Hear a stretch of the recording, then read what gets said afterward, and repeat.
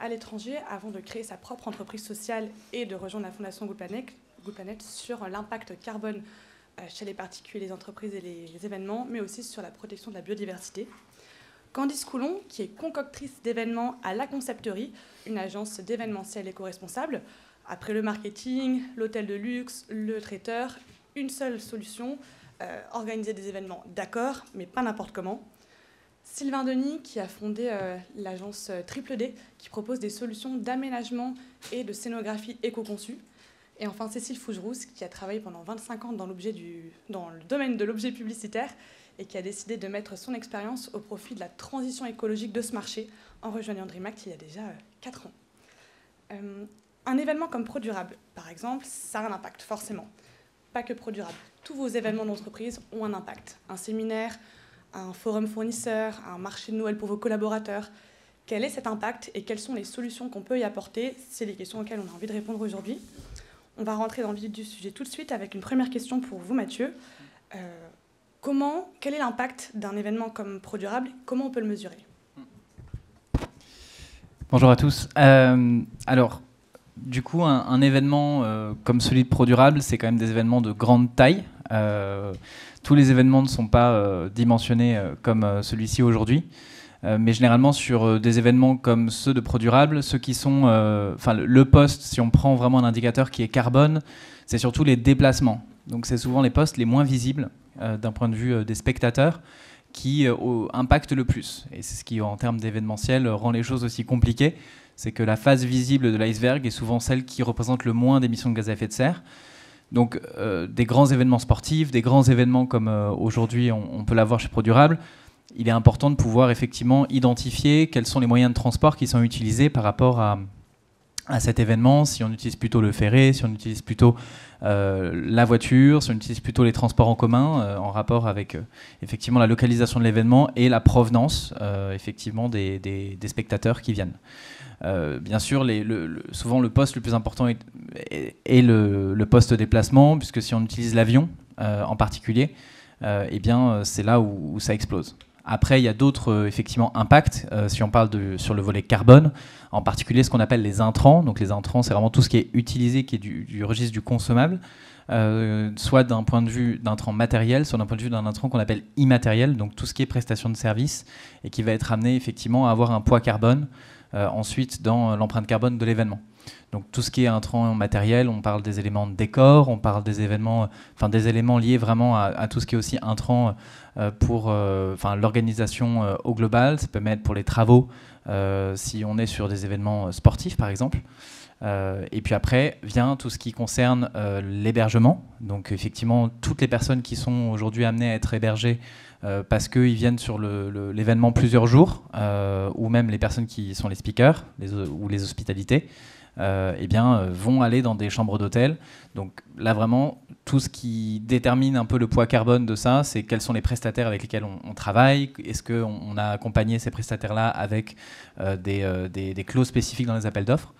Et on a également après tout le poste qui est plutôt lié aux déchets.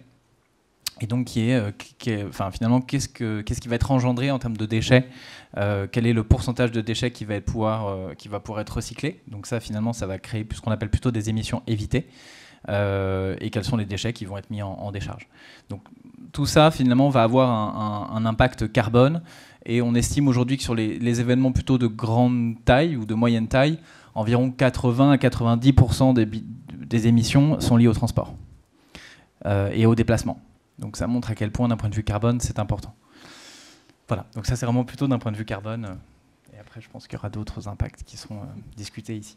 Et donc, si je comprends bien, l'essentiel de l'impact carbone d'un événement est plutôt sur ces intrants invisibles, et moins sur la production de l'événement en tant que tel, c'est-à-dire moins sur le décor, les fournitures, entre guillemets, c'est vraiment plutôt transport. D'un point de vue carbone et climat, c'est souvent plutôt la partie transport quand on parle d'événements de cette taille-là. Donc c'est pour ça qu'en fait, la dynamique vraiment qui est derrière, c'est de se poser la question, à un moment donné, si on souhaite vraiment être dans une optique de réduction et plus que de mesure, qui est de se dire si aujourd'hui la plupart de mes spectateurs sont des spectateurs qui viennent en avion, se pose la question de qu'est-ce qu'on fait par rapport à la politique de cet événement. Donc est-ce qu'on choisit finalement d'être dans une optique de mesure et bien de rester après sur un statu quo en se disant bah voilà on a une vision qui peut-être est une vision où on souhaite inviter je dirais des personnes qui viennent de plus en plus loin. Et bien dans ce cas-là ça pose question par rapport à l'objectif de réduction d'émissions de gaz à effet de serre. Et après de se dire, je pense que la période justement du coronavirus montre qu'il y a d'autres moyens aujourd'hui de pouvoir accéder à un événement, à pouvoir être effectivement à distance. On voit aujourd'hui les ressorts que peuvent avoir les organisateurs par rapport à justement la visioconférence, à l'utilisation d'autres moyens pour vraiment réduire l'empreinte carbone, parce que parfois, on se rend compte qu'entre le souhait de vouloir avoir beaucoup de monde qui vient de loin et la réalité qu'il faut réduire l'empreinte carbone des événements, eh bien, il y a souvent un grand gap. Très clair. Candice, vous, à la concepterie, c'est vraiment votre champ de bataille, la réduction de l'impact des événements. Quels sont les autres aspects qu'on peut prendre en compte quand moi, demain, je veux faire un pro durable moi-même? Qu'est-ce que je peux prendre en compte sur vraiment la production de mon événement, sur par exemple le traiteur, sur la scéno, sur tous les éléments auxquels je pense peut-être pas, mais qui ont aussi un impact? Du coup, en fait, il y a beaucoup d'éléments à prendre en compte. Je vais me concentrer surtout sur 3 éléments majeurs, c'est-à-dire les achats responsables, la gestion des déchets et également la cohérence. Donc déjà, par rapport aux achats responsables, il y a 3 choses que vous pouvez prendre en compte. Le fait que ça soit local, le fait que vous travaillez avec des prestataires qui soient dans une démarche engagée ou qui soient prêts à aller dans cette démarche, et également la co-construction pour faire en sorte que vous changiez les pratiques si vous êtes avec des prestataires qui ont cette envie mais qui n'ont pas forcément les pratiques. Je vais faire des petits focus par rapport aux achats, notamment une partie un peu gourmande, le côté restauration. Donc on va penser directement au bio, au circuit court, au local, aux saisons, qu'il faut toujours combiner, c'est-à-dire qu'une tomate bio en hiver, ça ne passera pas. Mais après, quand on parle d'impact, il y a vraiment le fait d'avoir une offre qui soit végétarienne. C'est-à-dire que l'empreinte carbone d'un Français au niveau de l'alimentation, ça représente 1/4 pour l'alimentation. Donc c'est vraiment quelque chose qui est au final assez simple et sur lequel vous pouvez avoir un poids considérable. Ensuite, quand on parle restauration, on parle aussi vaisselle. Et là, ce qui va pouvoir vous aider, c'est vraiment la règle en fait, des 5 R qui va être pour la vaisselle de réduire ou de refuser la vaisselle en ayant par exemple un petit déjeuner avec du granola dans un joli contenant en vrac, un cocktail sans 1000 verrines. Ensuite, ça va être de réemployer, donc avec de la vaisselle réutilisable. Et après, si vous avez de la vaisselle qui va être jetable, qu'elle soit soit recyclable, soit compostable, en ayant un endroit où la composter, parce que c'est bien dans l'idée, mais c'est aussi bien d'aller au bout de la démarche. Voilà, donc ça, c'est un aspect qui est essentiel, parce que le traiteur, c'est quand même quelque chose qui va être très visible pour vos participants. Ensuite, ça peut être avec le choix de l'événement. Si vous choisissez un lieu qui a une démarche RSE engagée ou qui met en place des choses particulières par rapport aux économies d'énergie, vous allez énormément jouer sur votre événement. Donc Mathieu parlait des intervenants, du fait qu'ils viennent de loin, donc c'est quelque chose qui est très important aussi. Et dans la composition et le choix de vos intervenants, ça va être de faire appel à des experts, mais aussi des expertes qui pourront être aussi calés sur le domaine. Et cette mixité, vous pouvez la mettre aussi quand vous choisissez vos hôtes et hôtesses. On voit souvent beaucoup de femmes, ça peut être totalement mixte. Et vous pouvez également faire appel à des personnes qui sont en situation de handicap. Voilà donc certains points. Il y aura une partie goodies aussi, mais je laisserai DreamAct répondre là-dessus. Et par rapport à la scénographie et au matériel, surtout on évite l'achat de neuf. On ne va pas commander des badges tout neufs chez Amazon. On peut trouver autre chose. Il y a plein de structures qui font de la location et parfois de la location de matériel qu'ils récupèrent eux-mêmes. Donc c'est parfait. On peut prendre du mobilier en palette de triple D, c'est aussi génial. Et si vous voulez prendre des fleurs, vous les prenez françaises. Vous pouvez aussi avoir une scénographie florale qui est faite par des femmes qui sont en réinsertion professionnelle. Donc il y a un vaste panel au niveau des achats responsables.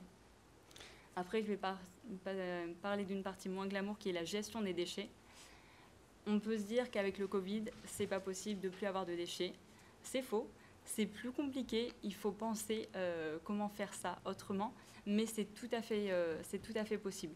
Ce qui va vous sauver pour faire ça et qui va aussi sauver la planète, ça va être d'anticiper par rapport à ce qui est les flux auprès des différents partenaires qui va pouvoir récupérer, que ce soit de la CNO, des denrées non consommées. Ça va être vous organiser différemment. On n'est pas obligé d'avoir des barquettes jetables individuelles, on peut juste avoir des bocaux consignés. Et ensuite, ils sont lavés à un certain degré et les normes sanitaires sont respectées. Et à ce sujet, il y a un groupe de travail qui est en train de se monter sur le Covid et l'événementiel zéro déchet pour penser à ces problématiques-là.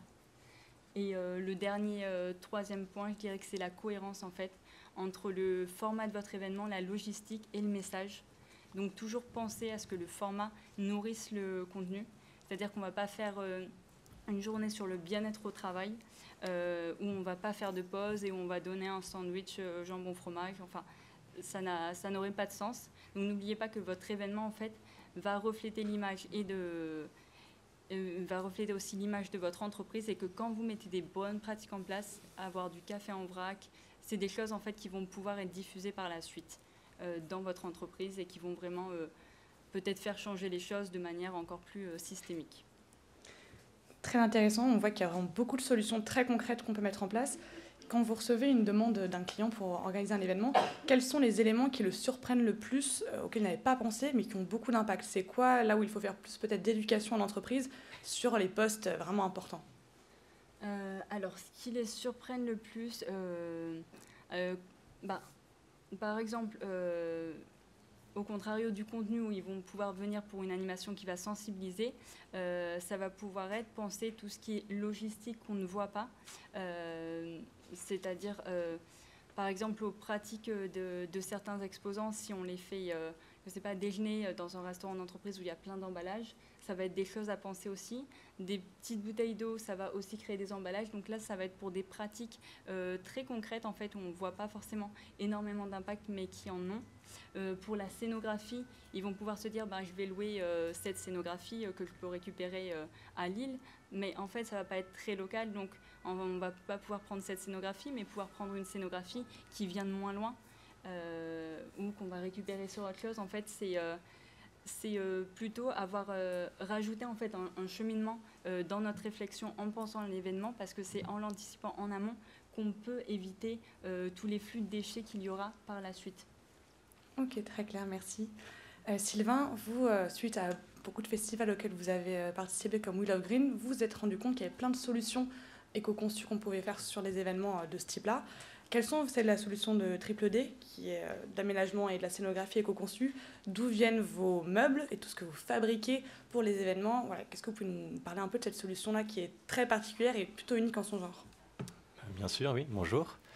Alors en parlant de notre solution actuellement, elle est assez simple, elle est basée sur l'éco-conception. Donc l'idée de créer des choses avec d'anciennes choses, mais aussi de créer des choses avec de nouvelles choses, mais de leur imaginer toujours une seconde vie. Il ne faut pas s'imaginer qu'aujourd'hui, l'éco-conception ou produire de manière écologique veut dire absolument récupérer intégralement 100% des matériaux et obligatoirement leur donner une seconde vie. Il faut aussi réfléchir à acheter neuf, mais intelligemment. Vous pouvez acheter des choses, des nouvelles, des matériaux, plein de choses qui se trouvent locales en France, mais il faut simplement réfléchir à les utiliser plusieurs fois. Ne pas les condamner à une seule utilisation éphémère pour un événement, pour une scénographie bien particulière, et ensuite la jeter. L'idée va être aujourd'hui de vous rapprocher de partenaires, de fournisseurs, de personnes qui vont être capables de vous solutionner ce problème. La scénographie, l'aménagement, aujourd'hui, c'est obligatoire pour un événement, c'est sûr. Le premier partenaire que vous allez rechercher, ça va être votre loueur de lieu. Intéressez-vous à ce qu'il possède, à ce qu'il peut vous mettre à portée de main pour votre événement.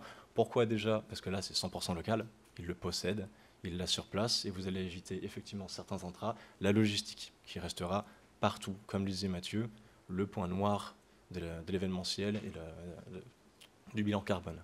Ensuite, pour vos partenaires, toutes les créations d'ateliers, de scénographie ou le loueur de mobilier, intéressez-vous, parlez-leur et connaissez la provenance de leurs matériaux, où sont fabriqués tout ce qu'ils pourront vous proposer, leur utilisation, est-ce qu'ils sont fabriqués pour votre événement ou pour plusieurs événements, pourront-ils être démontés, etc.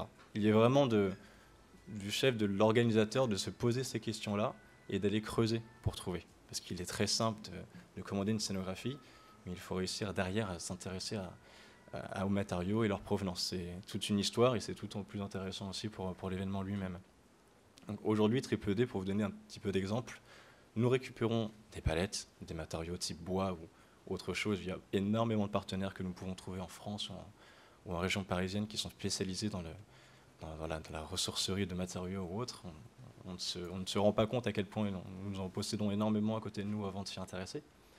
Et avec ces matériaux, nous créons du mobilier, des aménagements, de la scénographie, sous un système que je pourrais appeler de Lego. Le but est de toujours fabriquer les choses, d'être en mesure de les démonter intégralement et de réutiliser les mêmes matériaux d'une manière complètement différente. Ça vous donne la possibilité d'avoir des choses 100% personnalisables et d'avoir l'impression d'avoir un catalogue infini, mais en fait, les matériaux restent les mêmes. Depuis 5 ans, comme vous pouvez le citer en festival, vous pouvez retrouver nos installations, et en fait, ça fait 5 ans que ce sont les mêmes matériaux qui, chaque week-end, changent tout simplement de face et d'utilisation. Super, très clair. Est-ce que vous avez pu, chez Triple D, mesurer l'impact de votre solution, c'est-à-dire pouvoir dire aux entreprises que ça leur permet d'économiser comme ressources? Par exemple, ce que je trouve très intéressant, c'est que ces matériaux-là arrivent démontés, donc prennent moins d'espace aussi dans les camions qui peuvent acheminer le matériel. Du coup, on est là aussi dans la démarche de réduire l'impact carbone de l'installation. Est-ce que vous avez eu un moyen concret de mesurer cette solution et de pouvoir l'indiquer aux entreprises? Alors oui, effectivement, ce qui est très intéressant, c'est que la manière éco-conçue de fabriquer le mobilier sur place et non pas en atelier permet d'avoir une logistique vraiment amoindrie. Au lieu d'avoir un 19 tonnes qui va venir sur votre événement, vous allez avoir un simple 20 mètres cubes parce que tout est emboîté et monté sur place. Là, il s'agit tout simplement plutôt d'humain plutôt que de logistique. Donc, on fait venir les équipes en transport en commun, elles viennent sur place, elles montent, elles repartent et ça évite effectivement une flotte de camions et toute autre logistique de ce genre-là. Concernant l'outil en lui-même, nous ne possédons pas encore notre petite taille d'outils informatiques nous permettant de calculer exactement ce bilan-là, même si cela nous intéresse beaucoup. Si vous avez des contacts, n'hésitez pas. Mais en termes d'idées de ce que nous pouvons vous donner, et l'un des projets pour lesquels nous sommes le plus fiers, il s'agit du Dour Festival, étant un festival à environ 300 000 personnes en Belgique, qui est l'un des plus grands en Europe. Ils nous ont confié la scénographie de leur festival il y a 3 ans, et on a pu, grâce à nos installations, observer sur une année sur l'autre une économie de 95% d'achat de matériaux, parce que nous avons totalement démonté la scénographie pour remonter le festival d'une manière différente, mais avec tout simplement des matériaux déjà utilisés, réutilisés. Et comme je vous le disais, il y avait ce petit 5% de matériaux dont nous avions besoin. Nous les réutiliserons, pas cette année, mais l'année prochaine. Et voilà, donc ça peut donner au moins à peu près une idée. Nous étions très fiers de proposer celle-ci. Pourquoi? Parce que voilà, sur un festival de plusieurs hectares avec une taille aussi gigantesque, notre grande peur en tant que petit partenaire était de se dire, à force de grandir, nous allons faire face à des clients de plus en plus gros qui vont nous écraser et qui vont écraser le concept. Nous n'arriverons pas à proposer notre solution totalement éco-conçue et on va se retrouver à devoir faire des choses type usine et perdre le concept de base. Eh bien non. Voilà, avec ce projet qui est l'un des plus gros que nous avons eu, nous avons vraiment eu la fierté de se dire, en fait, ça fonctionne. Ça fonctionne, on peut l'appliquer, et vraiment 100% de nos clients jouent le jeu. Si on leur propose un bar qui ne fera pas en fait 10 mètres exactement, mais 9 mètres 60 parce qu'il s'adapte à ce qui existe déjà, eh bien 100% des personnes sont complètement d'accord avec le concept et y adhèrent fortement. Super. Sur la mesure d'impact, je pense que c'est Mathieu qui va pouvoir vous aider, puisque à la Fondation Good Planet, il y a un calculateur d'impact carbone qui a été réalisé pour les particuliers, les entreprises, mais aussi pour les événements. Donc, sur ce calculateur, on peut aller rentrer en fait quels sont les éléments de notre événement, et là, la Fondation peut donner un premier bilan carbone.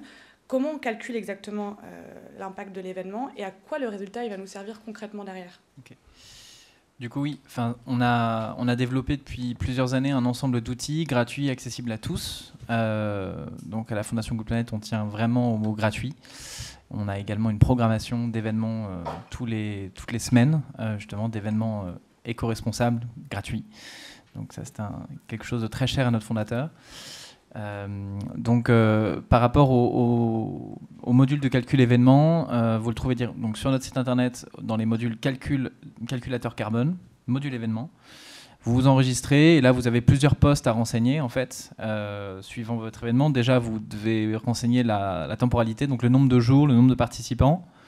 Vous avez également ensuite plusieurs postes qui sont à renseigner en passant donc par le transport. Donc effectivement le transport soit logistique soit de personnes, donc qui permet de renseigner un nombre de kilomètres au total en fonction je dirais du type de moyen de transport utilisé. Vous avez également toutes les nuitées d'hôtel à renseigner en fonction à la fois du standing de l'hôtel. En termes d'hébergement, le type de plats qui sont proposés, le nombre de plats du coup qui ont été consommés. Et puis il y a également toute la phase plutôt déchets.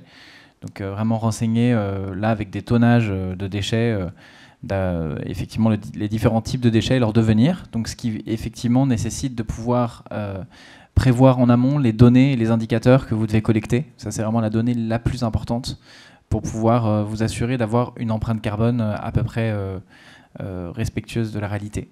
Donc à la fin, vous avez donc un camembert qui vous dessine l'empreinte carbone de l'événement suivant les différentes catégories. Et ce qui vous permet, vous, ensuite, de prendre des décisions par rapport aux parties les plus émettrices de gaz à effet de serre sur votre événement. Aujourd'hui, nous, on est surtout sur une phase de diagnostic, donc c'est-à-dire vraiment ça donne un résultat. On souhaiterait faire évoluer ce calculateur-là vers de l'accompagnement à la réduction. Donc ça, a priori, ce sera à partir de premier trimestre 2021. Et voilà, donc ça, c'est assez facile d'accès. Après, il y a effectivement un ensemble d'indicateurs à renseigner en amont, et en particulier sur la dimension transport. C'est des données un petit peu techniques, donc c'est-à-dire de savoir si on fait personne fois kilomètre ou si c'est le nombre de kilomètres au total. Donc ça, c'est des choses à bien avoir en notre tête avant de démarrer effectivement un événement pour bien collecter les indicateurs. Voilà.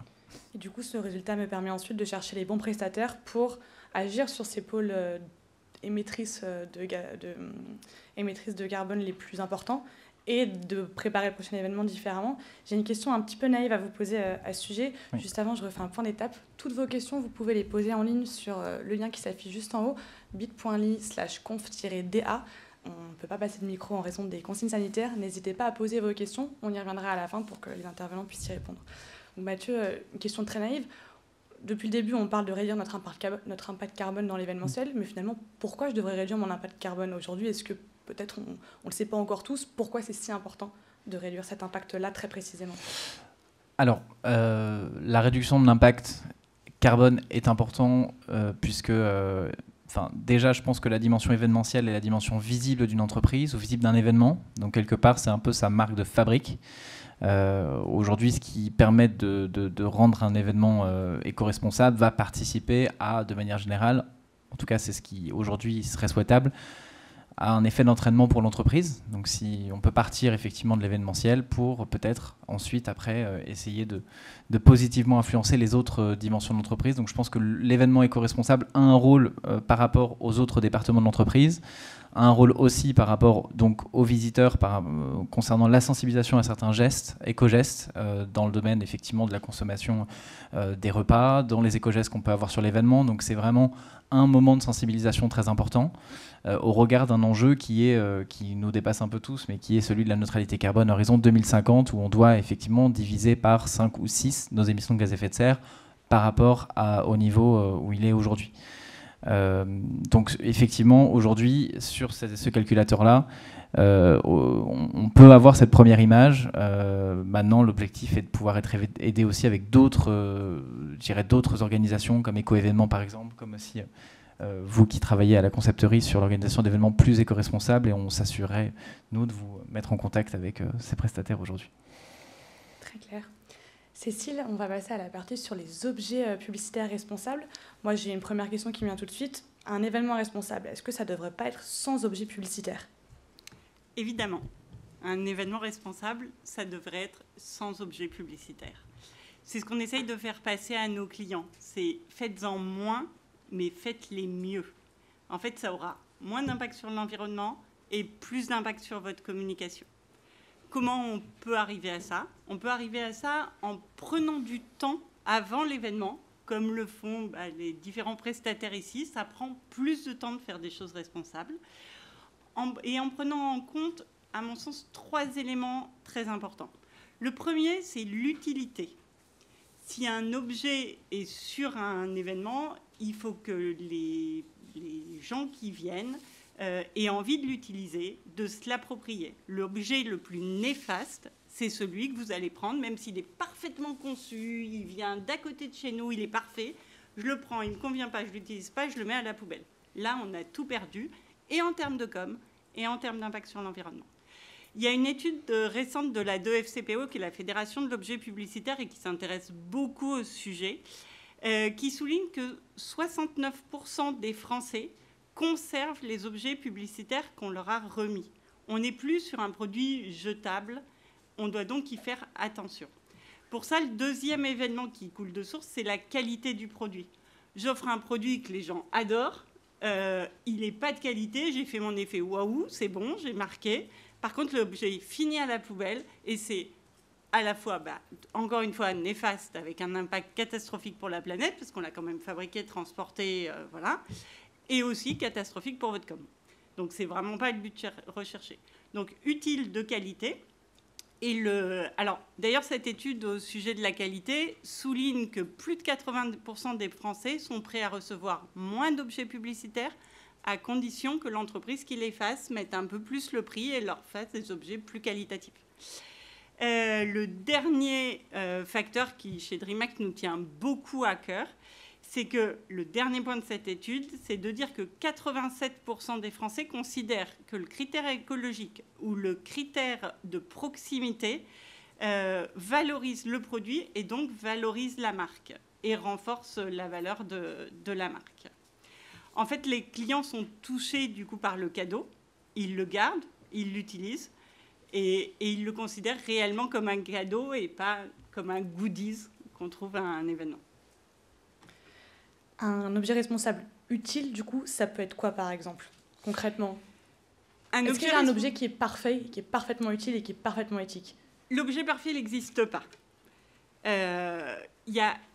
L'objet le plus utile, c'est celui qui correspondra le plus à vos clients, qui correspondra le plus au moment de l'événement, qui sera certes le plus local, fabriqué dans les meilleures conditions possibles. Et ça, on essaye de vous apporter une traçabilité sur chacun des produits, de façon à ce que vous choisissiez, enfin que le client qui organise son événement choisisse son impact. Est-ce que pour moi, le plus important, c'est de travailler avec des matières recyclées? Est-ce que pour moi, le plus important, c'est que c'est un objet qui ne va pas avoir une durée de vie très longue, donc je souhaite qu'il soit compostable? Est-ce que pour moi, le plus important, c'est qu'il vienne de moins loin et du coup qui réduisent l'impact carbone de l'import. Donc il est important qu'on prenne en compte tous ces éléments, que vous réfléchissiez au moment de l'organisation de votre événement pour essayer de trouver le produit qui va correspondre le mieux.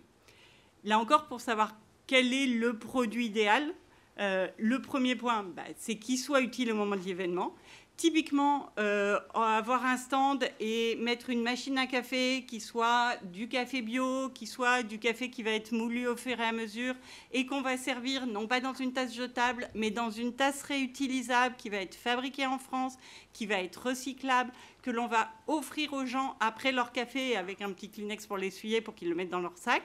En termes de communication, cette tasse, elle va être ramenée au bureau. La marque va continuer à vivre.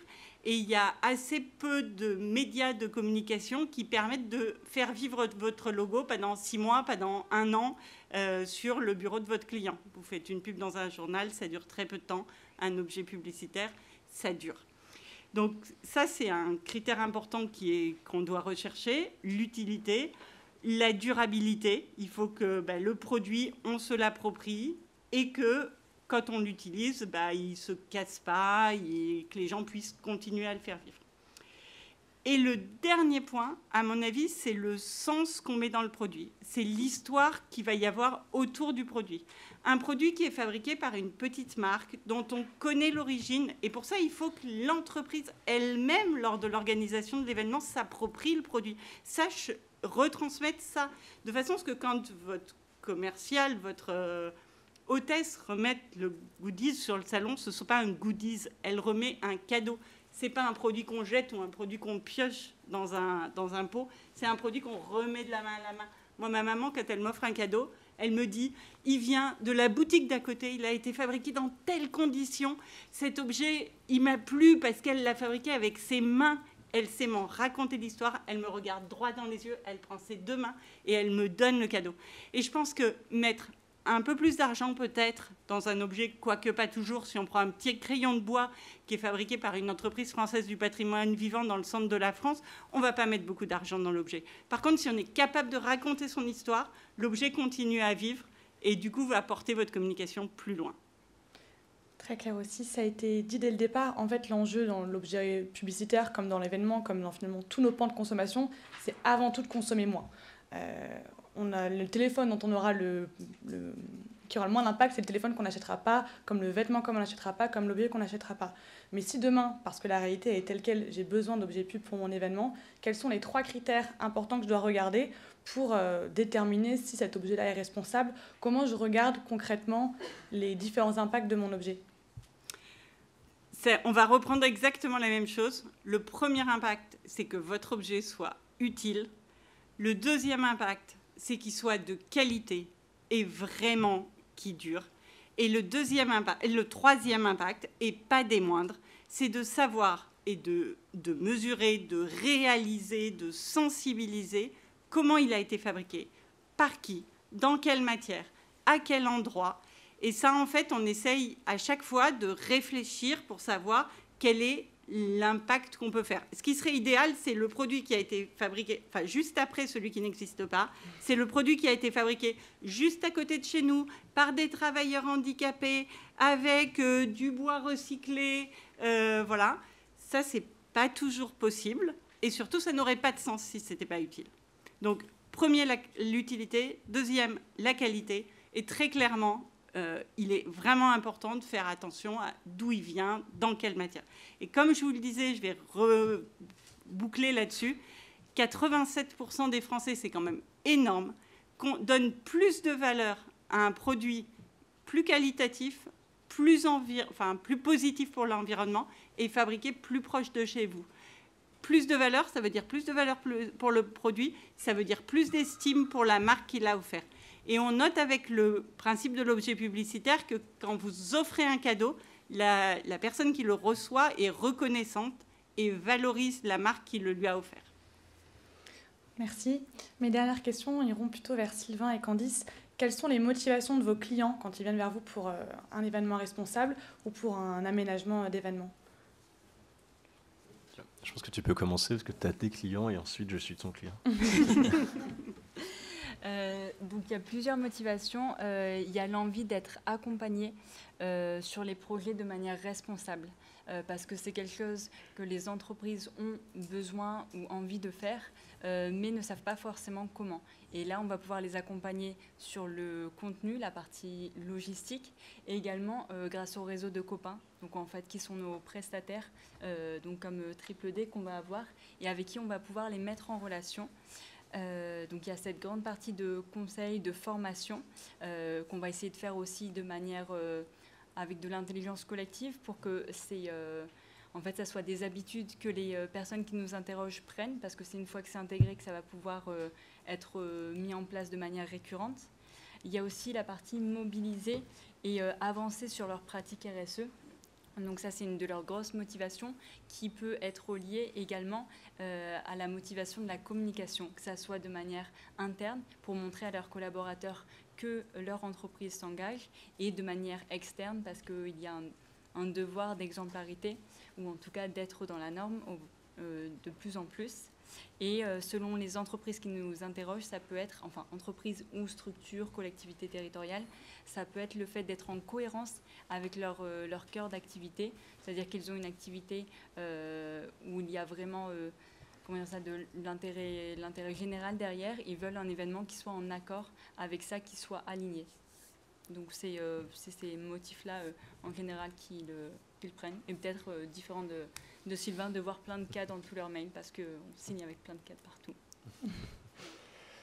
Je dirais qu'on va avoir 2 types de clients là-dessus. Les premiers, les avertis, ceux qui viennent et qui font appel à nous pour une solution éco-responsable parce qu'ils savent de quoi ils parlent et ils veulent une solution claire, nette et très compréhensible sur laquelle ils peuvent communiquer pour leur entreprise ou pour le biais d'une autre.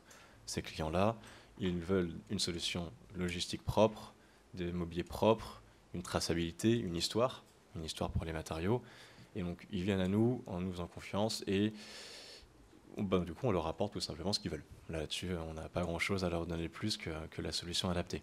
Les autres, ceux qui veulent une solution éco-responsable mais qui ne s'y connaissent pas trop, eux, je dirais plus qu'ils viennent sans trop le savoir nous demander du mobilier, mais aussi des informations, de la recherche de compléments de notions dans leur solution événementielle green. Ces clients-là, et là Mathieu effectivement a soulevé un point très important, ils vont nous demander du mobilier en bois un peu partout en France, mais en fait ne se réalise absolument pas le côté logistique. Certes, le mobilier existe, mais la logistique est forte. Donc ces clients-là, vraiment, eux, c'est un accompagnement, non pas que matériel avec ce que nous pouvons l'apporter, mais aussi un accompagnement dans la manière de consommer et de créer leur événement. Donc même en tant que petit loueur de mobilier, je pense que c'est aussi une chose très importante qu'on peut apporter à ces clients que soit ils le savent, soit ils ne le savent pas. Donc ils peuvent rechercher ça aussi. Très bien. Cécile, peut-être que vous avez aussi des motivations de clients à nous partager sur pourquoi je me mets à prendre de l'objet publicitaire responsable, au-delà du sentiment des entreprises que c'est indispensable aujourd'hui. Ils ne peuvent plus faire les objets pubs comme avant. Est-ce qu'il y a d'autres motivations ? Alors, il y a plusieurs motivations. Un peu comme l'expliquait Sylvain, il y a des motivations d'entreprises qui sont réellement engagées, qui ont vraiment compris qu'il fallait essayer de faire les choses différemment. Et puis, il y a beaucoup d'autres entreprises, on ne va pas parler de celles qui ne le font que par opportunité, mais beaucoup d'autres entreprises qui ont compris depuis longtemps, ce n'est pas juste un effet de mode ces derniers temps, qu'un objet publicitaire responsable au plus proche de nous, c'est aussi un objet qui est différenciant en termes de communication. Et il me semble que raconter vraiment l'histoire, j'insiste sur ce point, mais entreprendre 5 minutes à remettre un objet, vous parlez avec votre client, un lien se crée autour d'un produit. Et je pense qu'à partir du moment où ce produit, il existe, il a été fabriqué, il est là, il est important de lui donner toute sa valeur. Et si vous lui donnez toute sa valeur, la personne qui va le recevoir va réellement se l'approprier. Et je pense qu'il y a beaucoup d'entreprises qui ont compris qu'en venant vers nous, elles ont des explications différentes sur les produits, elles ont des explications complètes, pas juste c'est un crayon, il est beau, il est gravé au laser. Ben non, c'est pour reprendre l'exemple du crayon, pour prendre l'exemple d'une gourde, on leur raconte dans quelles conditions ça a été fabriqué, comment, à quoi ça sert, avec quels matériaux. Et tout ce discours, ils peuvent le retransmettre et créer un premier lien. Voilà. Et j'ajouterais pour conclure qu'un objet publicitaire responsable, tout comme des éléments de scénographie ou traiteurs responsables, ça peut permettre vraiment de boucler la boucle et rendre un événement encore plus beau. Je pense à par exemple un événement sur le thème de la mer, sur la protection des océans, avec des objets publicitaires en plastique recyclé, avec des matériaux sans plastique. Ça permet vraiment de redonner du sens sans doute et d'encore plus participer au sens de l'événement et donc revenir encore une fois à la cohérence d'un événement avant tout. Merci avocate pour ces explications. On va essayer de passer à quelques questions. Il nous reste une dizaine de minutes. Donc, je les regarde sur le lien qui est juste là. Alors, on avait une première question à laquelle Candice avait déjà un peu répondu sur concrètement quels sont les impacts que va avoir et qu'a déjà le Covid-19 sur les événements responsables, notamment côté gestion des déchets. Oui, alors du coup par rapport à ça, justement, il va y avoir plus ou moins une facilité dans l'esprit à se dire on va tout jeter parce que on évite, comment dire ça, pour le côté sanitaire ça va aider, sauf que ce n'est pas du tout la solution. En fait, il y a beaucoup de solutions pour faire en sorte qu'on ne soit pas du tout au tout déchet. Par rapport aux masques, il y a des masques en tissu, ça peut être aussi un objet qui sert aussi pour communiquer, ce masque. Par rapport au déjeuner, ça peut être, comme je disais, des bocaux consignés. Et ensuite, ça va être vraiment à repenser pour voir les différentes pratiques à mettre en place. En fait, c'est quelque chose avec lequel on est en train d'avancer et donc de voir comment adapter son événement à ça. Donc c'est vrai que c'est un petit peu desquels vous répondre sur tout ce qui peut exister aujourd'hui. Mais l'idée, c'est vraiment de se dire que cet événement ne doit pas être pris comme une contrainte pour l'événementiel zéro déchet, mais justement une manière de se réinventer dès maintenant et de faire les choses de manière responsable dès maintenant sans utiliser cette excuse, tout en s'adaptant bien sûr à tout ce qui est norme. On a aussi des questions, peut-être que Mathieu pourrait répondre, sur la proposition de digitaliser les événements, c'est-à-dire pour réduire l'impact carbone. Si on les rendait tous digitaux, ok, mais quel impact de la pollution numérique sur les gaz à effet de serre ?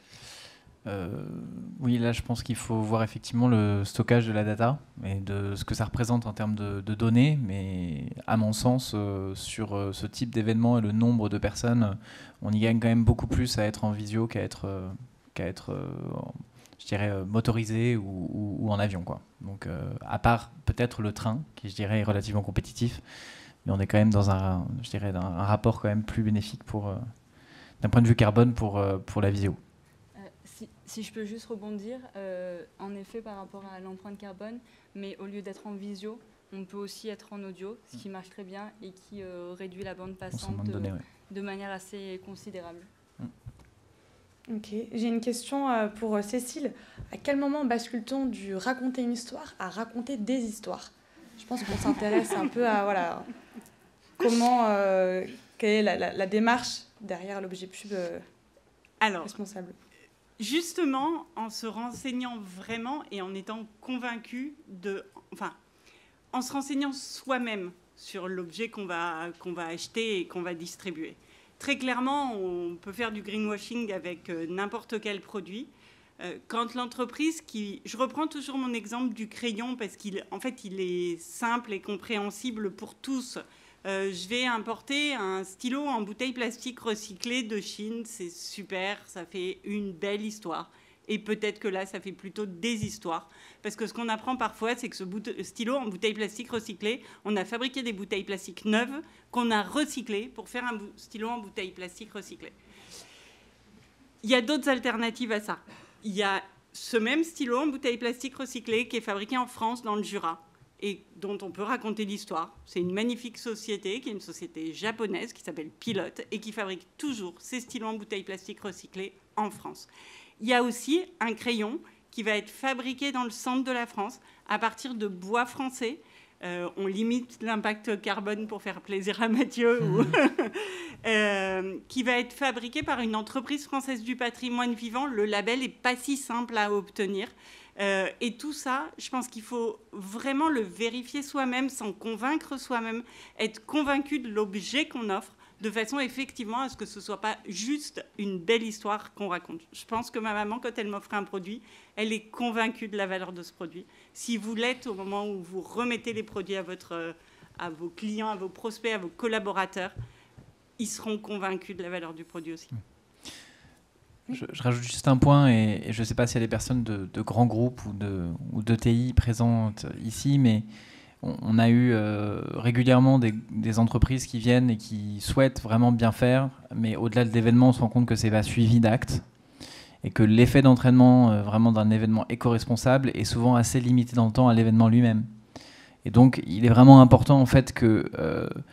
il y a quand même de l'argent qui est dépensé. Souvent, c'est des entreprises qui viennent pour être conseillées. Donc, du coup, il y a un ensemble une sorte de cahier des charges qui est aussi créé pour même des stands, etc. Et que ce soit, en tout cas, l'occasion de diffuser tous les instruments de charte éco-responsable au sein de l'entreprise, de travailler vraiment au prolongement de cette expérience-là dans les autres départements communication, marketing. Enfin, il y a vraiment un travail, je pense, qui doit dépasser juste la simple opportunité et justement la simple visibilité pour revenir davantage à l'essentiel et à l'utile. Donc, de dépasser le visible pour arriver davantage à l'utile. Je pense que là, il y a un vrai enjeu. Et comment je peux faire pour aller plus loin que mon événement ? Comment je peux profiter de cet événement-là pour sensibiliser durablement et pas juste, effectivement, raconter des histoires. Mon entreprise est green, elle a fait une scénographie en palette recyclée et elle a pris un traiteur bio. Comment je vais au-delà de ça, même à partir de l'événement, pour que les gens partent en se disant « Ok, j'ai appris quelque chose et je vais continuer cette démarche ». Je pense qu'il y a une dimension vis-à-vis des spectateurs, Donc vraiment d'utiliser cet événement comme élément de sensibilisation. Et donc là, il y a, je dirais, sur un événement, tout dépend sur quoi on sensibilise, mais on peut être une banque, on peut être une entreprise industrielle, et vraiment utiliser ce moment-là pour sensibiliser sur des choses utiles liées à l'impact carbone, liées à la question du recyclé, je pense que c'est d'utiliser ce moment-là pour sensibiliser aussi ses clients et ses parties prenantes. Et aussi, il y a toute la dimension invisible, il y a la préparation de cet événement et à tous les fournisseurs, en fait. Donc il y a tout un accompagnement fournisseur à effectuer qui est énorme pour arriver à des offres qui sont des offres qualitatives, et pas juste de dire, en fait, mon fournisseur, je le prends, je le jette s'il ne va pas.